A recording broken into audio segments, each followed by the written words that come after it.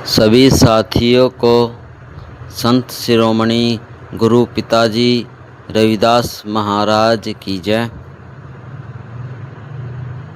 और ये जय केवल सतगुरु जी की नहीं है, ये जय हर एक संत की है, हर एक महान पुरुष की है, हर एक श्रद्धा जहाँ जिसकी है उसकी जय है। क्योंकि अंत में सब एक ही बिंदु से सब बने हुए हैं। सभी समाज सुधारक या सभी भगवान, सभी लास्ट में सब एक ही है, सब ऊर्जावान है। तो साथियों, जब आप कभी ध्यान में बैठो तो ध्यान में बैठने के वैसे तो बहुत सारे नियम हैं, पर कोई नियम नहीं है।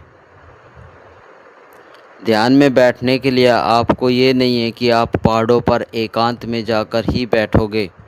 कहीं गुफा, झरने, पेड़ पौधे, बाग बगीचे, कहीं की तो सारी उम्र ऐसे ही निकल जाती है कि ऐसी कोई जगह नहीं मिलती जहाँ वो ध्यान कर सके। सोचते तो है कि मैं ध्यान करना चाहता हूँ, मगर ऐसी जगह है ही नहीं, कहाँ ध्यान करूँ। तो श्रद्धालुओं, आप अपने बेड पर, चारपाई पर, किसी भी पेड़ पर, बस शर्त यह है कि कोई डिस्टर्ब ना करे। अपने फ़ोन को भी साइलेंट कर दें और जहां आप काम करते हो जितना समय मिले, 10 मिनट, 5 मिनट, आधा घंटा, 1 घंटा, जितनी आपकी कैपेबिलिटी है, अपनी योग्यता के अनुसार बैठना शुरू करें। और शरीर की भी पोजीशन के बहुत नियम हैं और हर एक नियम की अपना कुछ न कुछ अपने अंदर समेटती है। कुछ न कुछ नियम है, कुछ न कुछ, हर एक पोजीशन ऊर्जा ग्रहण करती है। मगर आप अपने मन को काबू करने के लिए आप कहीं भी कैसे भी बैठ सकते हैं। आप कंफर्ट जोन में रहने चाहिए। आपको लगना चाहिए कि हाँ, मैं रिलैक्स हूँ ऐसे बैठने से। शिव मुद्रा में बैठ सकते हो, योग मुद्रा में बैठ सकते हो, या कोई आसन करते हुए, या फिर सीधे खड़े भी हो सकते हो, एक पैर पर भी खड़े हो सकते हो, लेट भी सकते हो आप। ऐसा नहीं है कि आप बैठकर। शुरू में आपको ध्यान एकत्रित करना बहुत इम्पोर्टेंट है और यही शून्य की सबसे पहली सीढ़ी है। जब आप ध्यान एक जगह रख लोगे तो फिर आप धीरे धीरे सारे नियम भी सीख जाओगे। आप अपने चेहरे पर चश्मा लगा सकते हो, मास्क लगा सकते हो, टोपी, पैंट, कमीज, कुर्ता पजामा, या बिना कपड़े, और घड़ी, कैसे भी, बस शरीर आपका रिलैक्स होना चाहिए। ऐसा नहीं है कि आप इतने टाइट कपड़े पहन लो, जीन्स पहन लो और कोट पहन लो, और फिर आपको सांस लेने में तकलीफ़ हो, सांस लेने में और छोड़ने में। मेन काम शरीर नॉर्मल रहना चाहिए आपका। जब आप ध्यान रखोगे तो ये ना हो कि आपको बार बार ध्यान पेट पर जाए कि हाँ, मेरा पेट खिंच रहा है, मेरी बाजू खिंच रही है, मेरा बटन दर्द कर रहे हैं, पैंट खिंच रही है। उसी हिसाब से ये नियम बनाए जाते हैं कि आपका शरीर रिलैक्स रहे, उसी हिसाब के कपड़े डालो। और खाना भी ये नहीं है कि आप मटर पनीर या कोई अंडा मीट मछली या फिर ऐसा फास्ट फूड खाकर बैठ जाओ और फिर आपका शरीर ध्यान में कम, आपको खाना पचाने में ही ध्यान रहेगा शरीर का जो अंदरूनी है। ध्यान खाना पचाने में रहेगा और पेट भारी रहेगा। सही तरीके से सांस नहीं ले सकते आप। सांस लेना पूरा अंदर तक, नीचे तक, सूंडी तक, नाभि तक जाना चाहिए सांस। पेट अंदर और पूरा बाहर, और पेट भरे हुए में ऐसे नहीं हो सकता है। और डकारें आती रहेगी उसी हिसाब की। और आपने गरम ऐसी कोई वस्तु चीज़ खाई है, जैसे बैंगन की सब्ज़ी हो गई है, लहसुन हो गए हैं, तो उसकी तकसीर गर्म होती है और वो गर्मी के कारण आपका जो विपरीत औरत पुरुष जो है विपरीत, उस पर ज़्यादा ध्यान जा सकता है। और जब आप ध्यान में बैठते हो तो किसी भी गुरु का आप नाम जप कर सकते हो, ओम का नाम जाप कर सकते हो।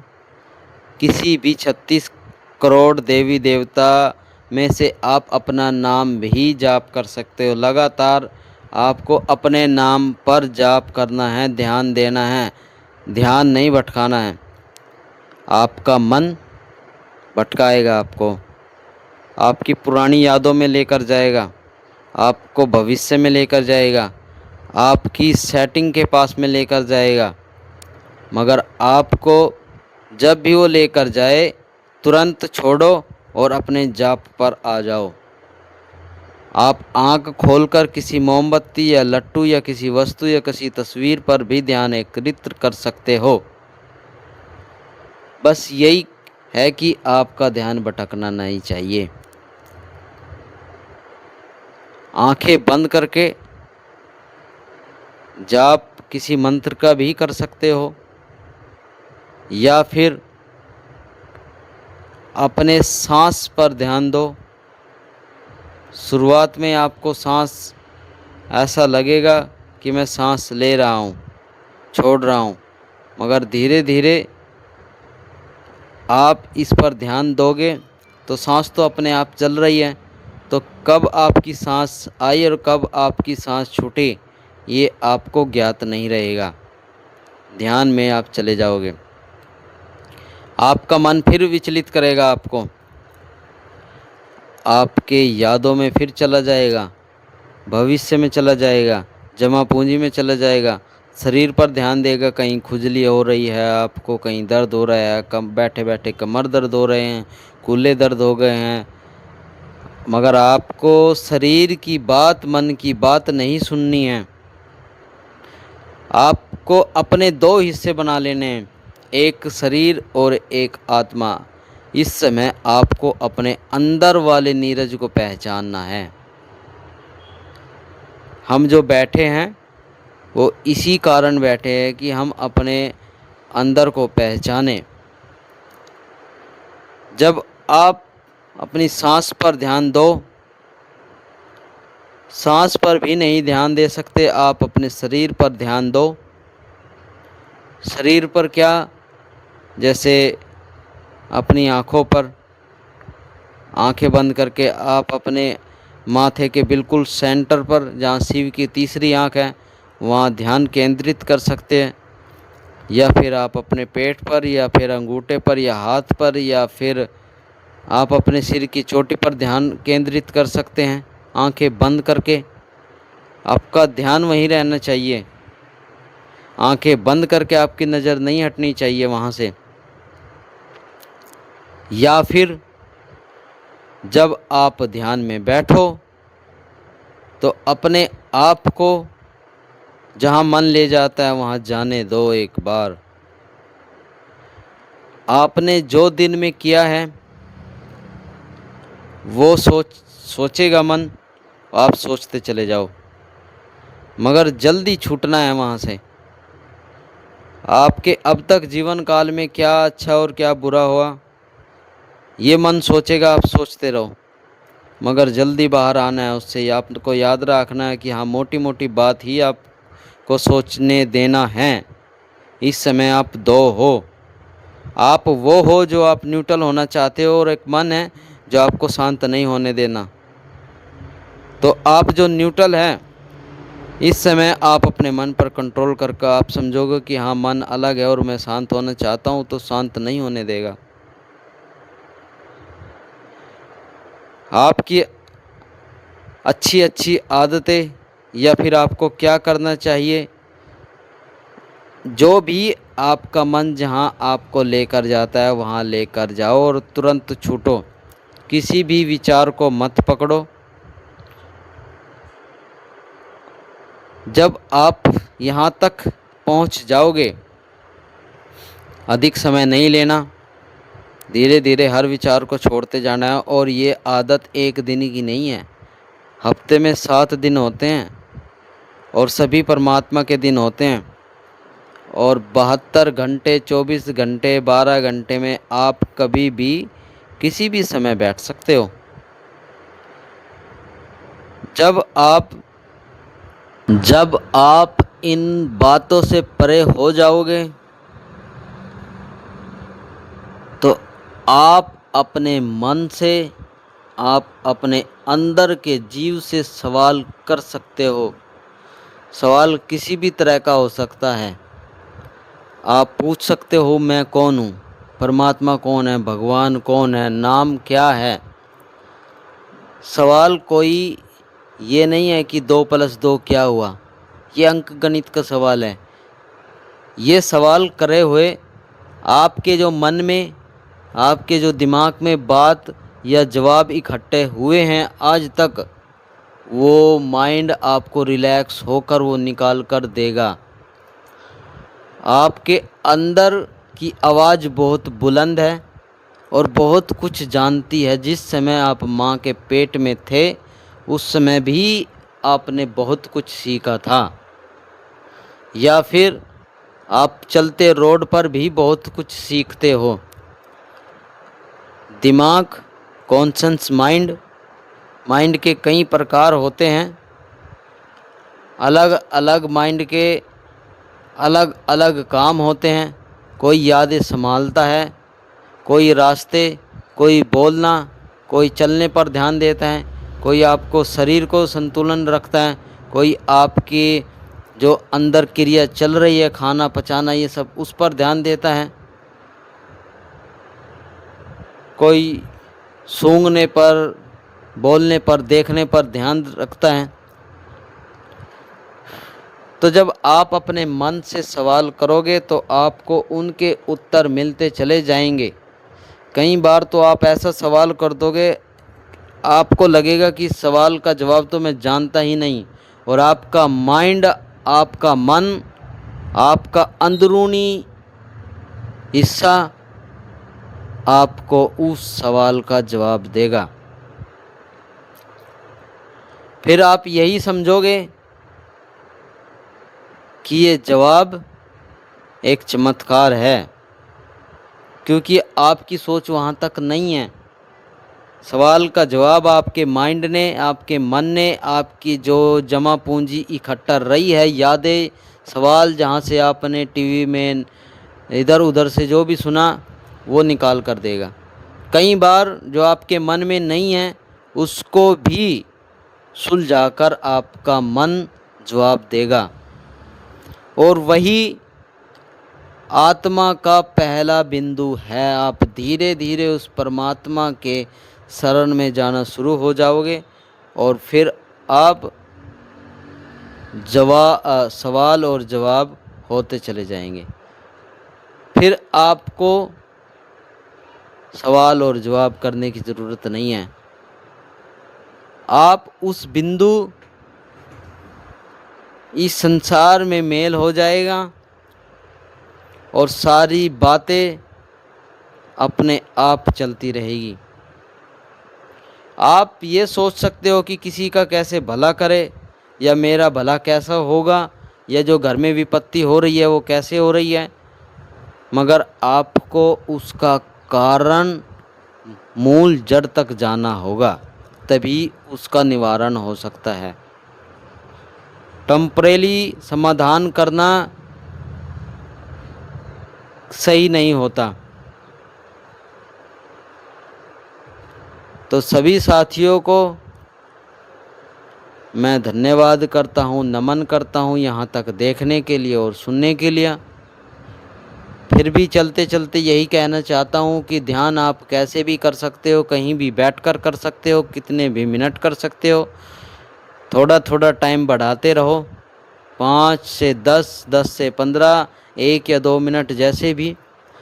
जब अलार्म लगाओगे या फिर बिना अलार्म के जब आप बैठोगे तो ध्यान में आप बैठे बैठे कई बार ये नहीं पता चलता कि आप कितने समय बैठ चुके हो।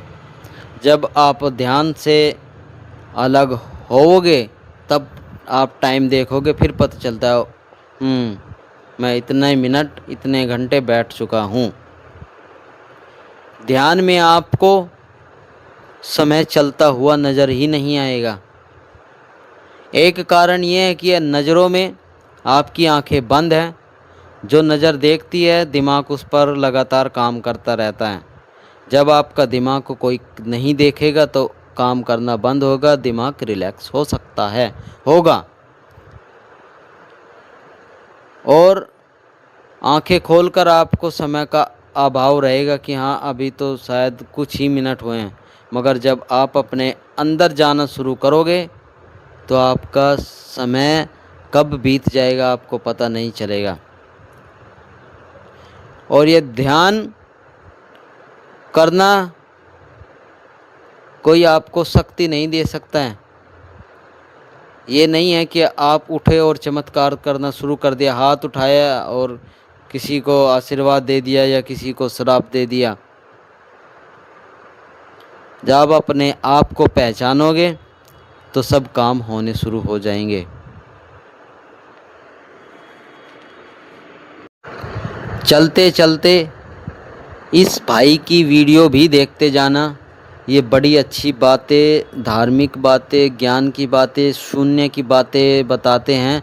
और इनके चैनल को फॉलो कर लेना कि ताकि आपको इनसे जुड़ी हुई और ये अपने माइंड से जो बातें बताते हैं वो जल्दी आपके पास पहुंच सके।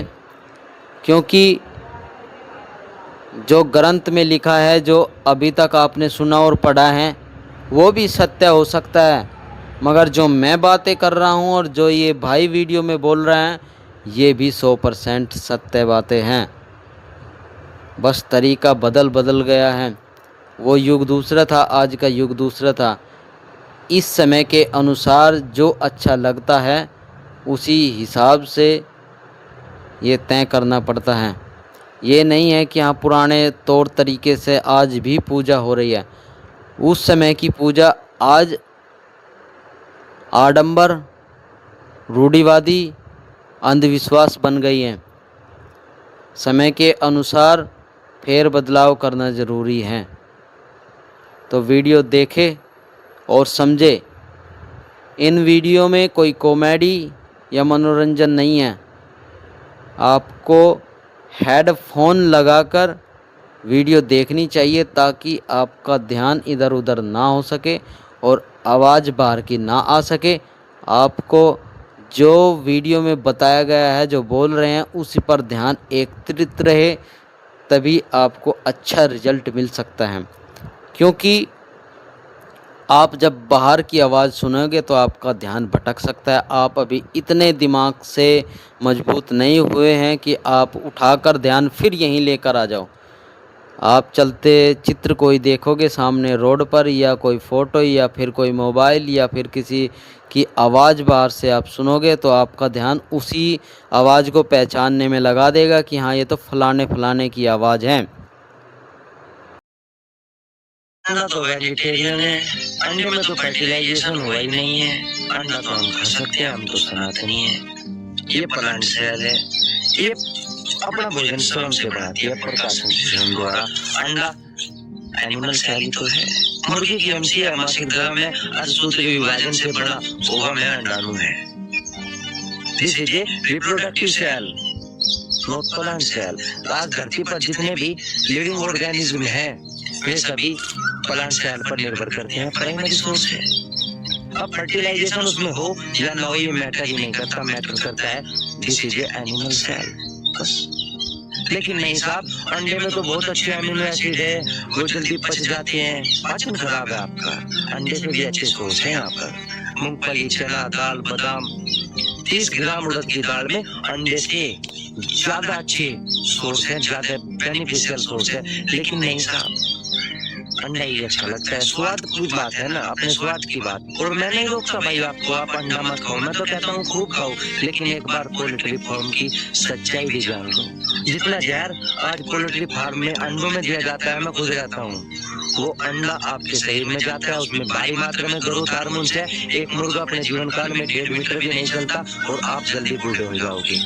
अंडे खाने से ही बूढ़े होगे, क्योंकि वे ग्रोथ हार्मोन्स आपके शरीर में से देखोगे तो सारी दुनिया में एक पागलपन नजर आएगा। एक ही उद्देश्य के दो लोग सदियों से लड़ते आ रहे हैं। बौद्ध धर्म में महायान बौद्ध धर्म अलग है, थेरवाद बौद्ध धर्म अलग है। दोनों का ही मार्ग साधना का मार्ग है और दोनों ही मोक्ष की अपेक्षा रखते हैं, लेकिन एक दूसरे को भाते नहीं। सिख धर्म में निरंकार पंथ अलग है और खालसा पंथ अलग है और दोनों ही गुरुओं की व्याख्या करते हैं, लेकिन एक दूसरे को भाते नहीं। इस्लाम धर्म में शिया अलग है, सुन्नी अलग है और दोनों ही पैगंबर साहब और अल्लाह की इबादत करते हैं, लेकिन एक दूसरे को भाते नहीं। और ईसाई धर्म में कैथोलिक पंथ अलग है और प्रोटेस्टेंट अलग है, और एक बाइबल को ज्यादा महत्व दे रहा है और एक चर्च और पादरी को ज्यादा महत्व दे रहा है, लेकिन उद्देश्य एक ही है और एक दूसरे को भाते नहीं। और हिंदू धर्म में शैव संप्रदाय अलग है और वैष्णव संप्रदाय अलग है और दोनों ही का आस्था का केंद्र ब्रह्मा विष्णु महेश है और एक दूसरे को भाते नहीं। भेदभाव आपने देखा होगा और इसीलिए ये सब एक नजर से देखे जाए तो द्वैत पैदा करते हैं। अगर रोसो और कृष्णमूर्ति ने छोटी थिंकर कहा है तो अद्वैत पैदा करता है। अगर ऑब्जर्वेशन कहा है तो अद्वैत पैदा करता है, और अद्वैत जिसने नहीं जाना शायद उसने कुछ भी नहीं जाना।